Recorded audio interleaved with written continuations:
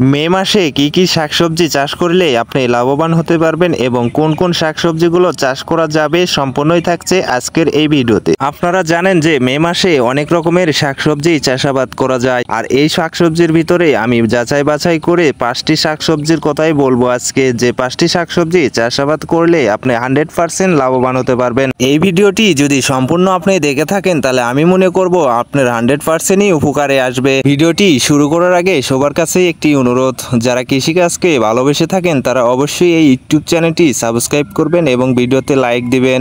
চলুন ভিউয়ার্স, জেনে নিই যে এই মে মাসে আমরা কি 5টি সবজি চাষ করলে লাভবান হতে পারবো এবং সেই 5টি সবজি আমি নিজেও চাষাবাদ করব। তো আজকে আপনাদেরকে বিস্তারিত বলে দিব যে কি 5টি সবজি চাষাবাদ করলে এই মে মাসে আপনারা লাভবান হতে পারবেন। 5টি অর্ধকারী ফসলের ভিতরে আমরা রেখেছি 1 নম্বরে মরিচ চাষ। হ্যাঁ বন্ধুরা, এই মে মাসে যদি আপনারা মরিচ চাষ করতে পারেন তাহলে আমি মনে করব যে 100%ই লাভবান হতে পারবেন। তো ভিউয়ার্স, আপনারা জানেন যে মে মাসের শুরুতে যদি আমরা মরিচ চাষ করে থাকি তাহলে এই মরিচটাই আমাদের বাজারে সর্বপ্রথম উঠবে, এবং সর্বপ্রথম যে মরিচটি বাজারে উঠে থাকে সেই মরিচের দাম কিন্তু অনেক বেশি হয়ে থাকে। আপনারা জানেন গত বছর মরিচের দাম কিন্তু অনেক বেশি ছিল, যেমন 8 থেকে 10,000 টাকা মন পর্যন্ত মরিচ বিক্রি হয়েছে। তাই এই মে মাসের শুরুতে যদি আপনি মরিচ চাষ করতে পারেন তাহলে আমি মনে করব 100%ই লাভবান হতে পারবেন। তবে আপনি যে ফসলই চাষাবাদ করুন না কেন অবশ্যই বীজটি ভালো হতে হবে, আর ভালো বীজ হলে অবশ্যই সেই বীজের থেকে চারাটাও কিন্তু ভালো হবে, আর চারা ভালো হলে গাছগুলোও কিন্তু ভালো বা সুস্থ থাকবে। তাই আপনারা সবসময় চেষ্টা করবেন ভালো বীজের থেকে চারাগুলো সংগ্রহ করতে। 2 নম্বর অর্ধকারী ফসলের ভিতরে রেখেছি আমরা বর্ষালি বেগুন চাষ। মে মাসের শুরুতেই যদি আপনি বর্ষালি বেগুনের বীজ রোপণ করতে পারেন তাহলে আমি মনে করব 100%ই আপনাদের বেগুন চাষ থেকে লাভবান হতে পারবেন। আর আপনারা জানেন যে এবছরে বেগুনের দাম কিন্তু অনেক বেশি, আর বেগুন থেকে মানুষ কিন্তু অনেক টাকাই লাভবান হয়েছে। তাই আপনারা মে মাসের শুরুতেই বেগুনের বীজটি রোপণ করতে পারেন, তবে অবশ্যই বেগুনের জাতটি ভালো নির্বাচন করবেন, কারণ বর্ষালি বেগুন হিসেবে ভালো জাতই নির্বাচন করা উচিত। মে মাসের শুরুতে 3 নম্বর অর্ধকারী ফসলের ভিতরে রেখেছি আমরা শসা চাষ, আর এই শসা চাষটি হবে আপনার আগাম শসা চাষ। এই আগাম শসা চাষটি যদি আপনি করতে পারেন তাহলে আমি মনে করব 100%ই আপনার শসাটি বাজারে প্রথম হবে। তাই আমি মনে করব যে মে মাসের শুরুতেই যদি আপনি শসা চাষ করতে পারেন তাহলে 100%ই আপনি লাভবান হতে পারবেন। তো 3 নম্বর ফসলের ভিতরে আপনি এই শসাটি চাষ করতে পারেন। মে মাসে এই শসা চাষ করার উপযুক্ত একটি সময়। আর আপনারা জেনে থাকবেন যে যে সবজিটি বাজারে আগে নেওয়া যায় সেই সবজিটির দাম কিন্তু অনেক বেশি পাওয়া যায়। তাই আপনারা চেষ্টা করবেন সবসময় শাকসবজিগুলো আগে চাষাবাদ করার,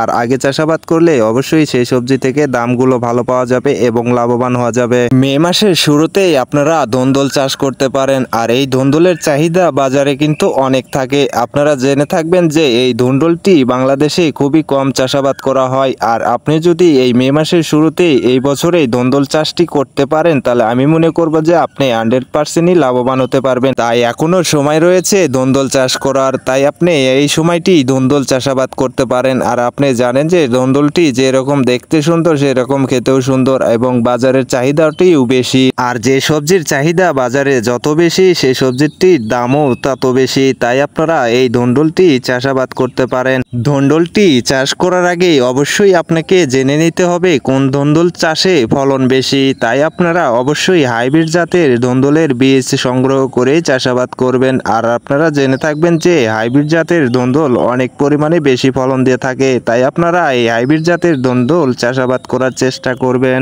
এবারে রয়েছে আপনারা মে মাসে লাউ চাষটি করতে পারেন, আর এই লাউ চাষটি হবে আপনার আগাম লাউ চাষ। আর এই আগাম লাউ চাষ যদি আপনারা সঠিক পরিচর্যাই করতে পারেন তাহলে আমি মনে করব 100%ই আপনারা লাভবান হতে পারবেন। আপনারা জানেন যে আগাম লাউ এর দাম কিন্তু অনেক বেশি থাকে বা অনেক চাহিদা থাকে, আর যেহেতু অনেক দাম এবং চাহিদা থাকে সেহেতু আপনারা 40 থেকে 50 টাকা পিস এই লাউ বিক্রি করতে পারবেন। তাই আপনি এই মে মাসে লাউ চাষটি করতে পারেন।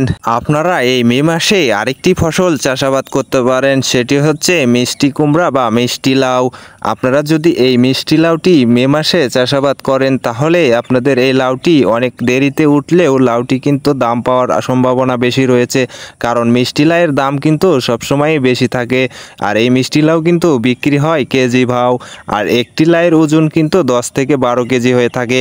তখন কিন্তু এই লাউটি আপনারা 1 কেজি লাউ 20 থেকে 30 টাকা পর্যন্ত বিক্রি করতে পারবেন। তো ভিউয়ার্স, অবশ্যই আপনারা এই মে মাসে লাউ চাষ করতে পারেন। অবশ্যই এই মিষ্টি লাউ চাষ করলে করলে আপনি লাভবান হতে পারবেন। তো প্রিয় ভিউয়ার্স, আশা করি ভিডিওটি আপনাদের উপকারে আসবে।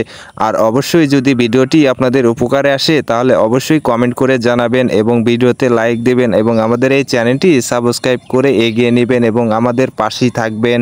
তো ভিউয়ার্স, আজকের ভিডিওটি এ পর্যন্তই।